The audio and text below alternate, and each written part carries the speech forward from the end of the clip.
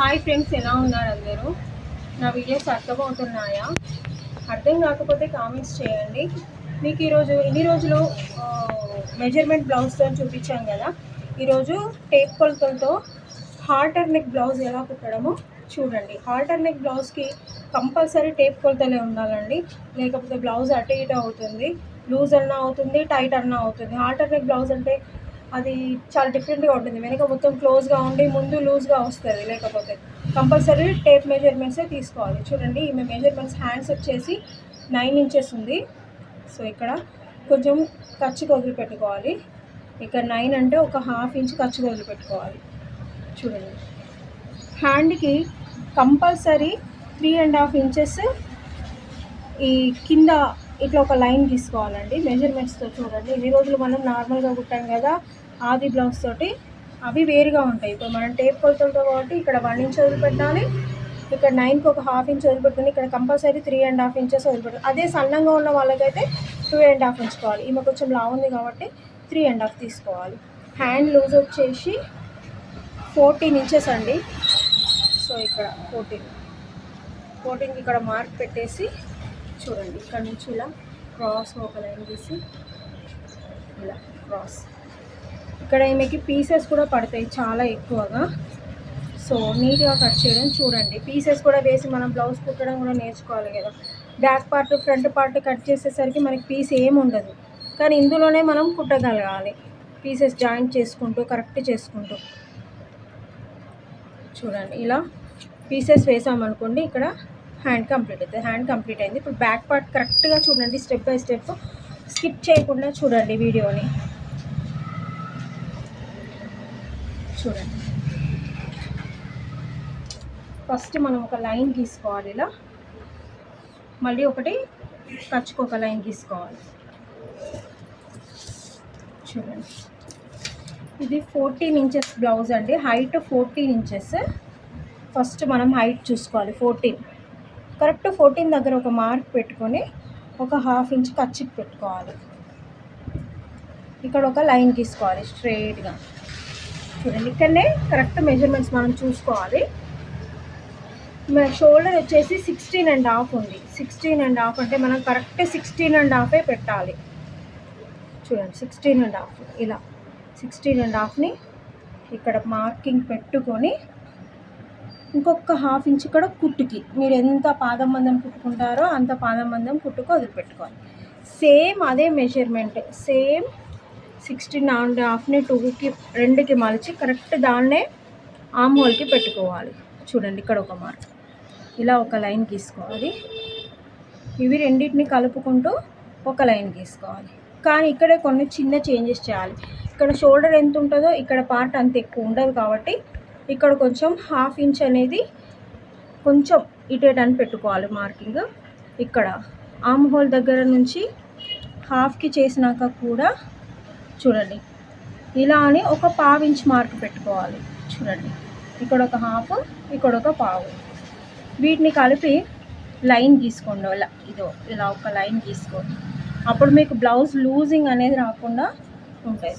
మీ chest measurement వచ్చేసి 39. చూడండి, 39 అంటే 9.5కి కొంచెం ఇలా చూడండి. అట్లా మీకు అర్థం కాకపోతే 39ని 4 పార్ట్స్ చేయండి టేప్ని. చూడండి, ఇలా 39ని ఇలా 4 పార్ట్స్ చేయండి. అప్పుడు ఒక మార్కింగ్ చేసుకోండి. అలా అయితే మీకు ఈజీగా అవుతుంది. డైలు ప్లస్లు అవన్నీ చేసే కంటే ఇలా 4 ఫోల్డింగ్స్ చేసి టేప్ని కరెక్ట్గా ఇలా పెట్టేస్తే మీకు ఈజీగా వస్తుంది. ఇప్పుడు ఆమ్ రౌండర్ తోటి ఇలా ఒక రౌండ్ ఆఫ్ తీసుకోండి. ఇక్కడ భుజం దగ్గర కూడా ఒక చిన్న ½ ఇంచ్ని ఇలా క్రాస్గా మార్కింగ్ చేసుకోవాలి. చూడండి, ఇలా మెడకు దగ్గరికి పట్టుకొని ఉండాలి కాబట్టి ఇక్కడ జస్ట్ 2 ఇంచెస్ పెట్టుకోవాలి. మరీ వెడల్పుగా పెట్టుకుంటే అంత ఇట్లా లూజ్గా వచ్చేస్తుంది హాల్టర్ నెక్. సో 2.5 పెట్టుకోవాలి. ఇలా ఒక మార్కింగ్ పెట్టుకొని వదిలిపెట్టాలి. చూడండి, ఇక్కడ ఒక కచ్ మార్క్ పెట్టుకోవాలి.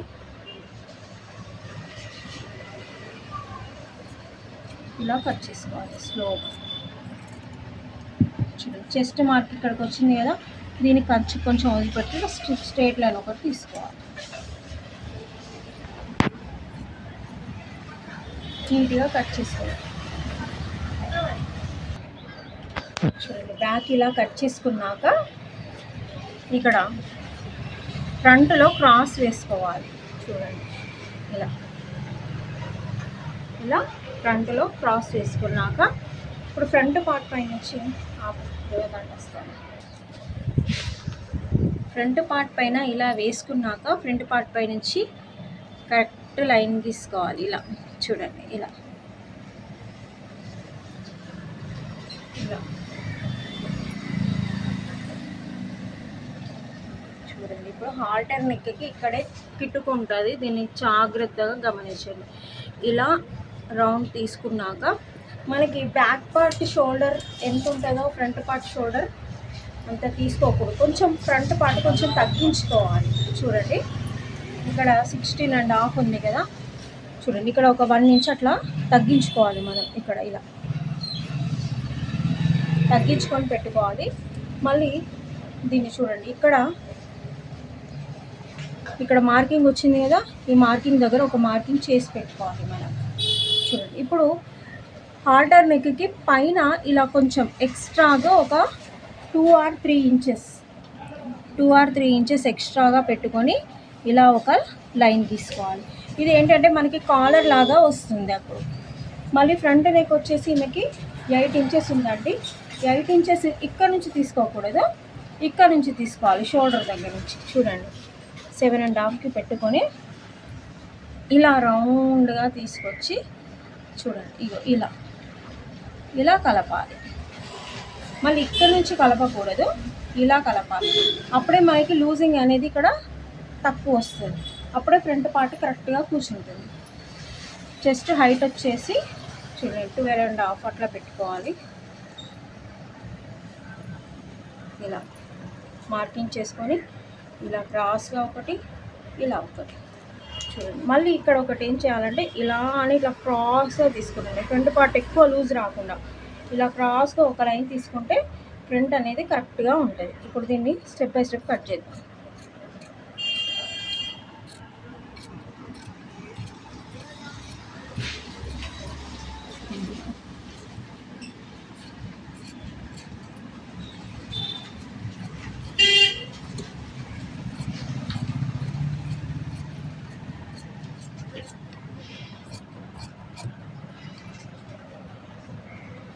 చూడండి, ఇలా నీట్గా స్టెప్ బై స్టెప్ కట్ చేసుకోవాలి.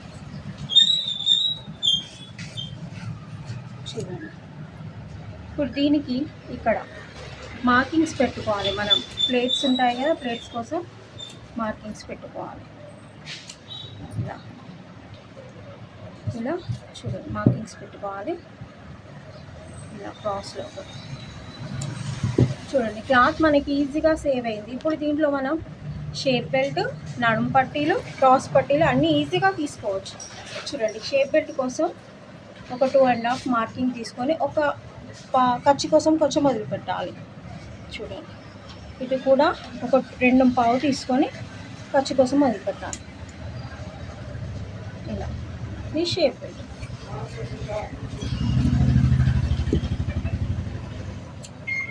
దీంట్లో నడుము పార్ట్స్, ఉక్సల పట్టి, కాజాల పట్టీలు అన్నీ దీంట్లో మనం తీసుకోవాలి. చూడండి ఫ్రెండ్స్, ఇలా ఫ్రంట్ ఇలా వస్తుంది మనకి. ఇలా హాల్టర్ నెక్కి ఇలా ఉంటుంది ఫ్రెండ్స్. చూడండి, చాలా ఈజీగా ఉంటుంది. ఈజీగా అర్థమైందని అనుకుంటున్నాను. నా ఛానల్ని సబ్స్క్రైబ్ చేయండి ఫ్రెండ్స్, ఇంకా లైక్ చేయండి, బెల్ ఐకాన్ నొక్కండి. Bye friends.